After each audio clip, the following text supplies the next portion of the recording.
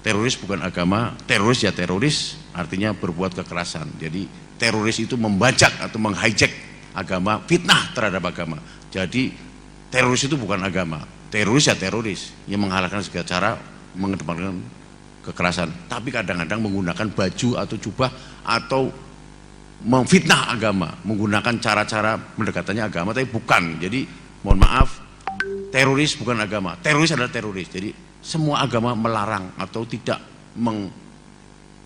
mengizinkan atau tidak menghendaki kekerasan ya, jadi teroris bukan agama, ini teroris ya teroris.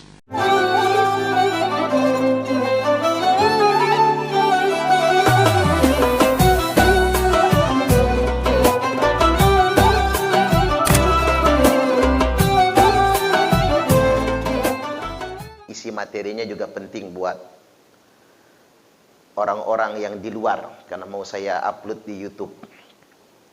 Jadi bicara tentang agama dan terorisme, atau nanti lebih spesifik Islam dan terorisme.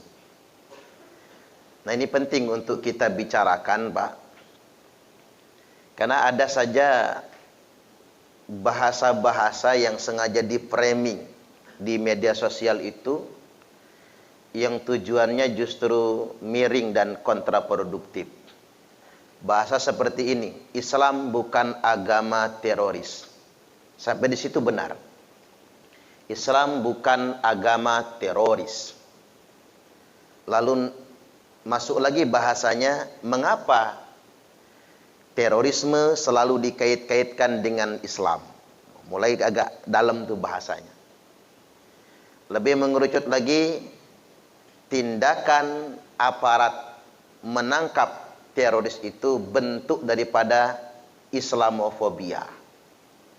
Nah, ini sering kita dapatkan di berbagai macam pernyataan, bahkan di media sosial, bahkan oleh tokoh-tokoh bangsa. Ketika mereka mengucapkan itu, boleh jadi karena memang mereka nggak tahu menahu tentang terorisme, atau kemungkinan yang kedua, sengaja membela teroris. Ini bahasanya harus setegas itu, Pak. Sengaja membela teroris. Kan beresiko ini sebetulnya. Kalau kita ngomong begitu, ya terorisnya kesenangan. Mestinya bahasa yang tepat itu begini. Kita kembali ke bahasa awal. Islam bukan agama teroris. Dan Islam tidak pernah mengajarkan terorisme. Jika ada aksi terorisme yang mengatasnamakan Islam, maka dia sebenarnya sedang memanipulasi dan mendistorsi ajaran Islam. Dan kita umat Islam wajib memerangi teroris. Jadi kewajiban memerangi teroris itu bukan kewajiban aparat penegak hukum, tapi justru kewajiban umat Islam. Ada orang berbuat kriminal, lalu mengatasnamakan keluarga kita yang terhormat, maka kita wajib marah. Ada orang berbuat kriminal, lalu dia mengatasnamakan ajaran Islam, kita umat Islam wajib marah. Makanya terorisme itu musuh kita bersama. Ini bahasa ini mesti terang, mesti sering kita sosialisasikan. Nah, kemudian yang berikutnya, sebetulnya karena agama itu dimanipulasi. Ya, terorisme radikalisme itu kan dibangun berdasarkan distorsi dan manipulasi ajaran agama. Dan agama itu paling mudah dimanipulasi bagi orang awam. Makanya nggak salah kalau filsuf mengatakan religion is an opium for the people. Agama itu candu buat masyarakat. Karena paling mudah memanipulasi orang awam dengan bahasa agama, dengan jubah agama. Makanya Nabi sudah mensinyalir, apa kata Nabi? La ya'rifunal ulama'a illa bithaubin hasan. Nanti di akhir zaman, orang nggak kenal ulama kecuali cuman jubahnya doang. Orang nggak kenal ulama kecuali cuman pakaiannya doang. Jadi kata ulama itu jadi manipulasi, jadi kamuflase. Orang cukup berjubah, pakai imamah gitu, pakai udeng-udeng, pakai peci gitu, pakai gamis panjang, lalu ngaku ulama, Lalu orang awam percaya begitu saja. Nabi sudah sampaikan sampai sedemikian rupa. Kalau kata siapa, Ali Imran, orang itu 2 menit bisa jadi teroris dengan memanipulasi ajaran agama. Saya ambil contoh cara cuci otaknya mereka tuh begini, Pak. Orang suruh milih Pancasila atau milih Al-Quran. Kalau Pancasila itu bikinan manusia, kalau Al-Quran itu wahyu Allah. Coba orang awam jawabnya pasti Quran dong. Masa pilih Pancasila buatan manusia? Milih bela Islam atau bela NKRI? Ya bela Islam dong. Milih taat sama Allah atau taat sama pemerintah? Milih taat sama Allah dong. Mungkin bapak-bapak kalau ditawarin begitu ya milihnya begitu semua kan? 2 menit jadi teroris orang. Karena itu jebakan sebetulnya. Sama kayak orang nanya begini, Pak, milih berbakti sama orang tua atau taat sama Allah? Itu kan jebakan itu, nggak bisa dipilih soalnya. Jawaban yang benar, berbakti kepada orang tua adalah wujud dari ketaatan kepada Allah. Bela negara merupakan bagian dari ajaran Islam. Taat kepada pemerintah adalah hierarki dari implementasi ketaatan kepada Allah. Kan enak jawabnya sebetulnya. Ati'allaha wa ati'ur rasulah wa ulil amri minkum. Taatilah Allah, taatilah Rasul dan pemerintah yang ada di antara kalian semua. Ini kalau khusus pilih Al-Quran atau pilih Pancasila, cara ngejawabnya begini, Pak. Ini sama, anggap aja ini training of trainer ya, for trainer. Jadi begini, Pancasila itu bukan agama. Dan Pancasila itu tidak untuk menggantikan agama. Serta Pancasila itu sesuai dengan tujuan agama. Mengapa demikian? Karena dulu Nabi 10 tahun, 13 tahun ya, di Mekah nggak punya negara. Bangsa Arab itu bangsa yang nggak punya negara. Mereka cuma kabilah-kabilah, suku-suku. Lalu Nabi hijrah ke Madinah, juga kabilah-kabilah, suku-suku. Jadi kan negara pertama, namanya negara Madinah. Negara yang Nabi dirikan bukan negara Islam. Ini kan mesti sedemikian itu bahasanya. Bukan negara Islam. Dan dasar negaranya bukan Al-Quran. Negara Madinah itu konstitusinya Piagam Madinah atau Al-Madinatu Masyrutiyah, Piagam Madinah. Nah, ini yang dijiplak oleh para pendiri NKRI, pendiri bangsa kita. Kita bikin negara, Negara Kesatuan Republik Indonesia, bukan negara Islam, nyontoh Nabi. Dasar negara kita bukan Al-Quran, nyontoh Nabi. Bermula dari Piagam Jakarta. Kalau Nabi dulu Piagam Madinah, kita bikin Piagam Jakarta. Yang mengerucut kemudian menjadi Pancasila. Nah, itu kan keren, Pak. Oh, kalau kita menghayati sejarah, keren banget itu lahirnya Pancasila itu. Karena betul-betul nyontoh sunnah Nabi. Ini lebihnya Indonesia, inilah hebatnya Indonesia. Ketuhanan yang Maha Esa, Qul huwallahu ahad, Quran itu. Kemanusiaan yang adil dan beradab, innallaha ya'muru bil adli wal ihsan, jelas di Quran. Persatuan Indonesia, wa'tasimu bihablillahi jami'an wa la tafarraqu. Kerakyatan yang dipimpin oleh hikmat kebijaksanaan dalam permusyawaratan perwakilan. Kalau dihayati sila keempat ini, Pak, dalam sebuah sistem politik, itu nyontoh banget itu. Karena ngapa? Terpilihnya Abu Bakar, permusyawaratan perwakilan. Terpilihnya Umar, permusyawaratan perwakilan. Terpilihnya Utsman dan Ali, permusyawaratan perwakilan. Nah, itu khilafah kan? Khilafah dalam konsep itu demikian rupa. Makanya kata Nabi, al-khilafatu fi ummati 30 sana. Khilafah di tengah-tengah umatku itu cuma 30 tahun. Abu Bakar 2 tahun, Umar 10 tahun, Utsman 12 tahun, Ali 6 tahun. Pas 30 tahun. Hanya 30 tahun, itu hadis sahih. Al-khilafatu fi ummati 30 sana. Kekhilafan di tengah-tengah umatku itu cuma 30 tahun. Ini bohong Pak kalau ada orang ngomongin Turki Utsmani khilafah. Bukan kerajaan. Bani Umayyah kerajaan. Bani Abbasiyah kerajaan. Saudi sekarang pun kerajaan. Setelah 30 tahun khilafah, kata Nabi, tsumma mulkun, maka berganti dengan kerajaan. Monarki absolut. Jadi balik lagi, luar biasa sila keempat itu. Keadilan sosial bagi seluruh rakyat Indonesia, sila kelima. I'dilu huwa aqrabu littaqwa. Nah, kalau sila keempat itu ayatnya wa amruhum syura bainahum. Otoritas tertinggi di tengah-tengah umatku dalam urusan mereka, kata Allah, di tengah-tengah masyarakat adalah musyawarah di antara mereka semua. Kalau bahasa kitanya permusyawaratan perwakilan. Ini cara ngejawabnya sedemikian rupa. Baik, kemudian yang berikutnya, tapi mengapa ada teroris yang mengatasnamakan Islam? Ajaran terorisme yang kemudian membahasakan ajarannya sebagaimana ajaran Islam. Jadi begini, Nabi Sallallahu Alaihi Wasallam telah memerintahkan kita, Pak, memerangi terorisme. Dalam terminologi lampau, terorisme itu istilahnya khawarij.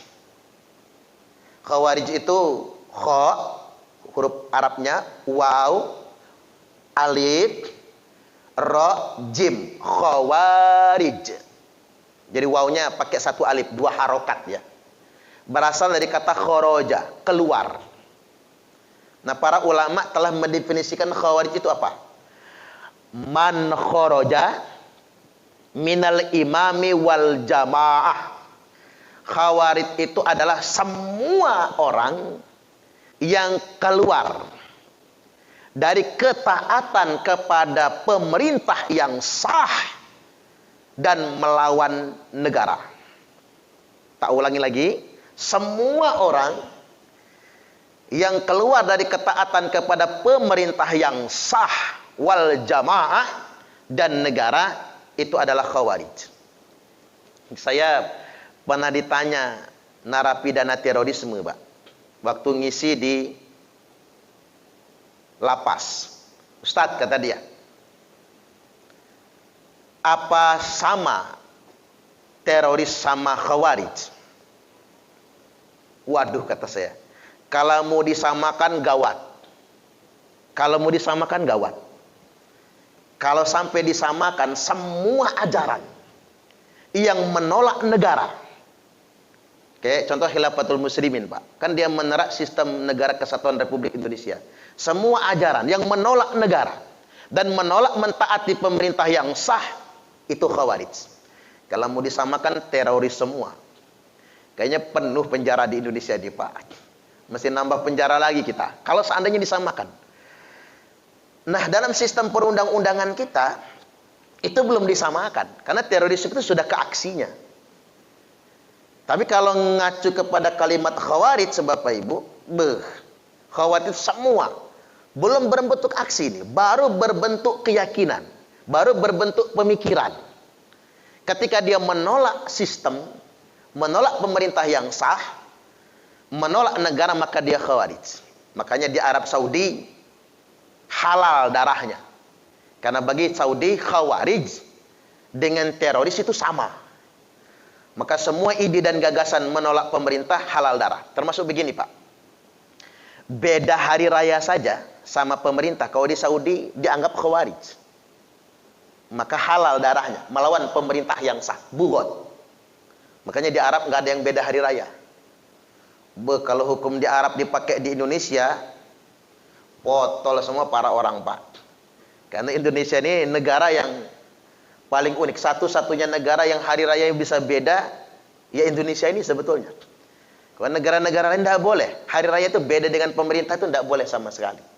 Karena ada keterangannya, as-saumu kama yasumun nas, wal fitru kama yuftirun nas, wal adha kama yudhuhin nas. Mulai puasa, Idul Fitri, Idul Adha, wajib bersama pemerintah dan orang kebanyakan. Tidak boleh mengumumkan sendiri. Baik, sekarang kita masuk lebih menekan lagi. Apa ada perintahnya memerangi teroris di dalam Islam? Iya. Bahkan ini jihad terbesar itu. Jadi jihad yang pahalanya paling tinggi nilainya adalah perang melawan teroris. Nah, ini yang harus kita ketahui. Ternyata bukan perang lawan Belanda, Pak. Bukan perang lawan Jepang. Dalam hadis-hadis sahih itu yang paling gede pahalanya itu perang melawan teroris. Nabi sampai bersabda begini, kila bundar, anjing neraka. Nabi itu nggak pernah berkhutbah sekasar ini. Kalau saya cara main di kampung tak halusin, Pak. Kiri neraka. Atau bahkan segawan neraka. Anjing neraka. Syarru qatla tahta adimis sama. Seburuk-buruknya kematian di bawah kolong langit ini adalah mati sebagai teroris, sebagai khawarij. Wa khairu qatla man qataluhu, dan sebaik-baiknya kematian adalah orang yang gugur karena berperang melawan teroris. Ini luar biasa ini, hadis sahih Muslim. Nabi bersabda kemudian berikutnya, yakhruju qaumun min ummati, akan keluar sekelompok orang di tengah-tengah umatku. Yaqra'unal Qur'an, mereka semua fasih membaca Al-Qur'an. Jadi jangan ketipu, Pak. Jangan sampai polisi takut nangkep teroris karena fasih membaca Qur'annya. Karena guru ngaji misalnya, Pak. Karena punya pondok. Saya setuju dengan kepala BNPT yang mengatakan 198 pondok pesantren terafiliasi terorisme.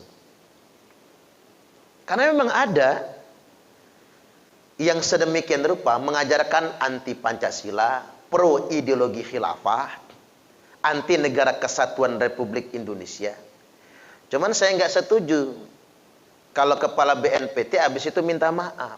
Jangan minta maaf. Saya buat pernyataan terbuka di media. Jangan minta maaf, kata saya. Nggak perlu minta maaf. Itu benar itu. Biar masyarakat kita tuh waspada. Karena ada kejadian, Pak. Bapaknya polisi. Anaknya masuk rumah tahfiz. Di situ didoktrin hormat bendera haram. Nyanyi lagu Indonesia Raya haram. Pancasila togut. 6 tahun mondok di situ, upacara nggak pernah, hormat bendera nggak pernah, nyanyi lagu Indonesia Raya haram. Bapaknya polisi, anaknya jadi teroris. Apa jadinya anak kita? Jadi umat Islam itu tidak boleh lebay. Oh, lebay amat. Ngapa sih pemerintah menuduh pesantren sarang teroris? Lah siapa yang nuduh? Dia aja yang melebay, membesar-besarkan. Kalau saya mandangnya sebaliknya.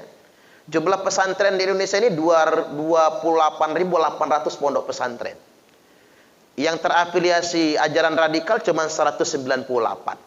Berarti cuma 0,7%. Ada 99,3% pesantren yang masih setia NKRI. Saya ini tidak underestimate sama pondok atau sama rumah tahfiz. Saya punya rumah tahfiz, Pak. Saya juga mendirikan pondok pesantren gitu. Tidak underestimate. Tapi penting itu untuk disampaikan.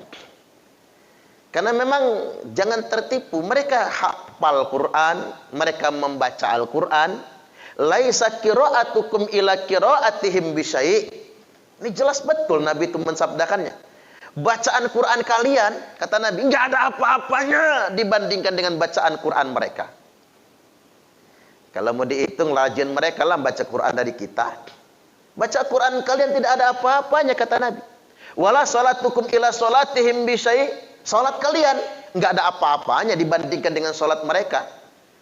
Imam Ali itu menyatakan Khawarij itu teroris zaman awal itu kalau salat khatam Quran 5 juz dalam salat tahajud. Tahajud, Pak, 5 juz. Kita mah gempor salat begitu. Jangankan tahajud 5 juz, diajak tarawih 23 rakaat aja bubaran di masjid. Salat kalian tidak ada apa-apanya. Wala siyamukum ila siyamihim bisyai'. Puasa kalian tidak ada apa-apanya dibandingkan dengan puasa mereka.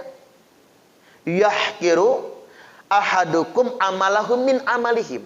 Salah seorang di antara kalian pasti minder kalau membandingkan amalnya sendiri dengan amalan teroris itu. Mereka tuh secara ubudiyah jauh mengalahkan kita. Tapi jangan pernah ragu, kata Nabi. Fa idza kharaju faqtuluhum. Maka apabila mereka semua sudah keluar, perangi mereka. Tsumma idza kharaju faqtuluhum. Sungguh apabila mereka sudah keluar, perangi mereka. Tsumma idza kharaju faqtuluhum. Sungguh apabila mereka sudah keluar, perangi mereka. 3 kali nyebutnya. Nabi itu jawami'ul kalim. Apa itu jawami'ul kalim? Ngomong singkat, padat, dan langsung dimengerti. Dan Nabi itu tidak pernah mau mengulang kata-kata. Tapi kalau Nabi sudah mengulang, itu penting sangat. Jangankan 3 kali, Pak. 2 kali juga penting sangat. Ini Nabi sebutkan sampai 3 kali. Yang lebih keren lagi closing hadisnya. Fatuba liman qatalahum. Beruntunglah orang-orang yang memerangi mereka. Nabi sebutkan 20 kali. Fatuba liman qatalahum. Fatuba liman qatalahum. Beruntunglah yang berani memerangi mereka. Beruntunglah yang berani memerangi mereka. Sampai 20 kali. Saking pentingnya memerangi terorisme itu. Nah, disebutkan dalam hadis yang lain, fa inna fi qatlihim ajron liman qatalahu yaumal qiyamah. Karena sesungguhnya memerangi mereka itu pahalanya sangat besar bagi yang memeranginya pada hari kiamat nanti. Seakan-akan di akhirat nanti, di hari kiamat, Allah nanya sama petugas, kamu tugas di mana? Polisi, ya Allah. Tugasnya di mana? Intelkam, ya Allah. Kerjanya kamu apa? Memerangi teroris, ya Allah. Masuk surga. Saking gedenya pahalanya, Pak. Jadi jangan sampai kebalik kan gitu. Jangan sampai orang berpikiran justru jadi teroris dia mati syahid. Kan jelas itu.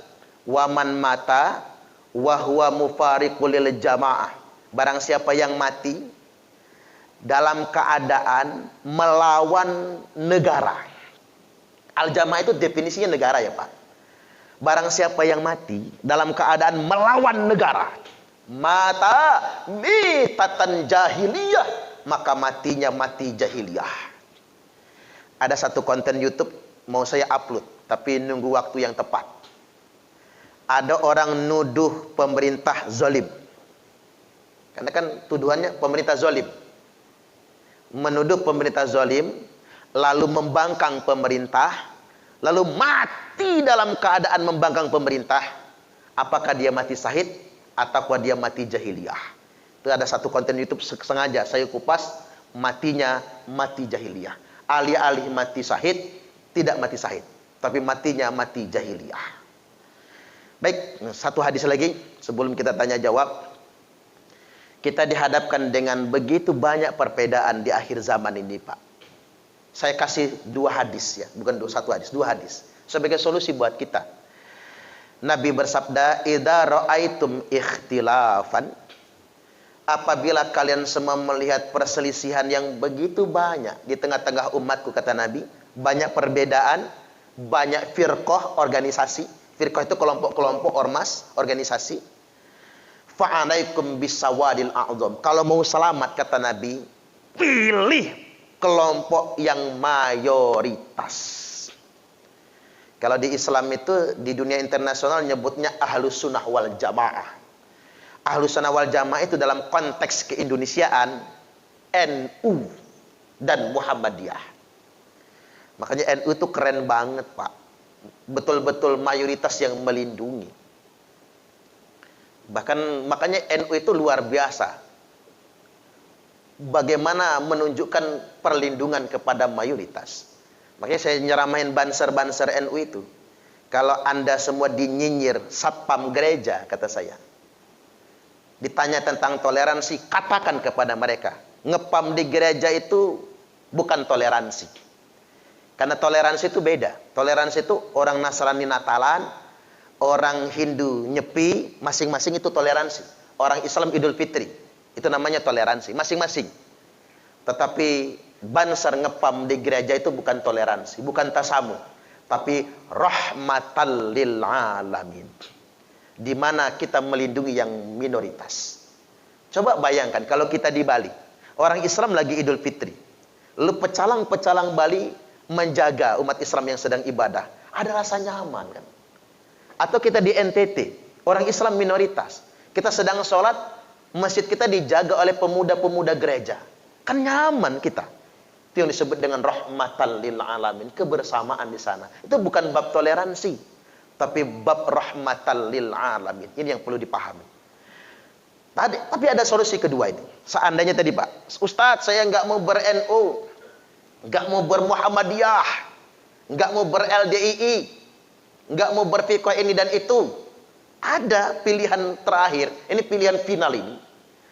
Nanti umatku berfirqah-firqah, kata Nabi. Orang Nasrani pecah sekian golongan, orang Yahudi berfirqah sekian golongan, orang Islam Muslim umatku kata Nabi berfirqah sekian golongan. Tapi ingat, hanya ada satu kelompok yang selamat. Nabi nyebutnya firqatun najiyah, kelompok yang paling selamat. Apa itu? Wahyal jamaah, yakni yang membela negaranya. Al jamaatu hiyal ijtima'. Al jamaah adalah tempat berkumpulnya segenap pemimpin umat untuk bersepakat dalam urusan mereka. Dan satu-satunya institusi yang paling sah sebagai tempat berkumpulnya segenap pemimpin umat dalam rangka bersepakat dalam urusan mereka hanya negara. Maka kelompok yang paling selamat di akhir zaman ini adalah kelompok yang membela al-jamaah, yakni yang membela negaranya sendiri. Baik, demikian prolog dari saya. Sekarang kita buka sesi tanya jawab. Saya persilahkan.